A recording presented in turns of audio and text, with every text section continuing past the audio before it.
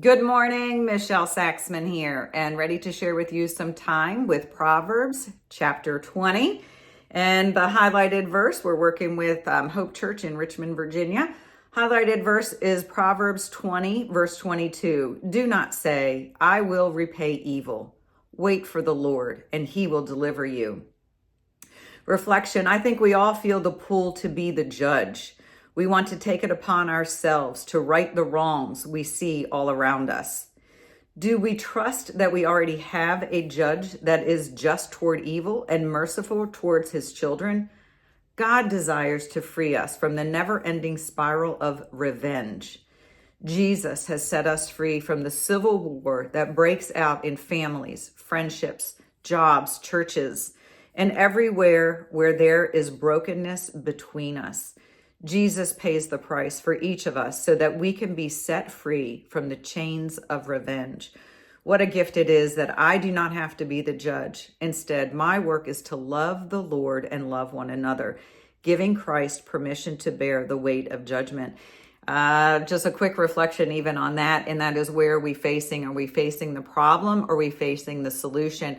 Are we facing revenge, judgment, or are we facing forgiveness, trusting that he has the outcome? So that's the reflection for today. And then I picked up Granny's Bible. That is someone who's very special to our family. And at the top of the page for me to read today were the words, moral virtues and contrary vices. And that is what this journey through Proverbs really is about: cultivating the fruits of the Spirit, giving ourselves time to see the contrast that exists in our fallen, broken, fractured planet, and allow ourselves an opportunity to cultivate the fruits of the Spirit. So I wrote them down: love, joy, peace, patience, kindness, goodness, faithfulness, gentleness, and self-control. So as we journey through Proverbs and we're looking at the development of these moral virtues, we're also seeing the contrary vices in our broken human form in this broken, fractured planet. So on to the reading for today, chapter 20. Wine is a mocker and beer a brawler. Whoever is led astray by them is not wise. A king's wrath is like the roar of a lion. He who angers him forfeits his life. It is to a man's honor to avoid strife, but every fool is quick to quarrel. A sluggard does not plow in season, so at harvest time he looks but finds nothing. The purposes of a man's heart are deep waters, but a man of understanding draws them out. Verse 6, many a man claims to have unfailing love, but a faithful man who can find? The righteous man leads a blameless life. Blessed are his children after him. When a king sits on the throne to judge, he winnows out all the evil with his eyes. Who can say, I have kept my heart pure, I am clean without sin? 10. Differing weights and differing measures, the Lord detests them both. Even a child is known by his actions, by whether his conduct is pure and right. Ears that hear and eyes that see, the Lord has made them both. Do not love sleep, or you will grow poor. Stay awake, and you will have food to spare. It's no good, says the buyer. Then off he goes and boasts about his purchase. 15. Gold there is, and rubies in abundance, but lips that speak knowledge are a rare jewel. Take the garment of one who puts up security for a stranger. Hold it in pledge if he does it for a wayward woman.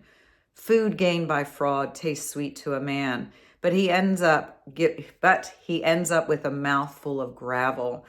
Make plans by seeking advice. If you wage war, obtain guidance. 19. A gossip betrays a confidence, so avoid a man who talks too much. If a man curses his father or mother, his lamp will be snuffed out in pitch darkness. An inheritance quickly gained at the beginning will not be blessed at the end. Do not say, I'll pay you back for this wrong. Wait for the Lord, and he will deliver you. 23. The Lord detests differing weights, and dishonest scales do not please him. A man's steps are directed by the Lord. How can anyone understand his own way? It is a trap for a man to dedicate something rashly and only later to consider his vows. 26, a wise king winnows out the wicked. He drives the threshing wheel over them. The lamp of the Lord searches the spirit of man. It searches out his inmost being. Love and faithfulness keep a king safe. Through the love, his throne is made secure. The glory of young men is the strength, gray hair, the splendor of the old. Blows and wounds cleanse away evil, and beatings purge the inmost being. So a quick takeaway on this. And again, we are looking for the opportunities to grow and nurture those moral values that are cultivating the fruits of the Spirit.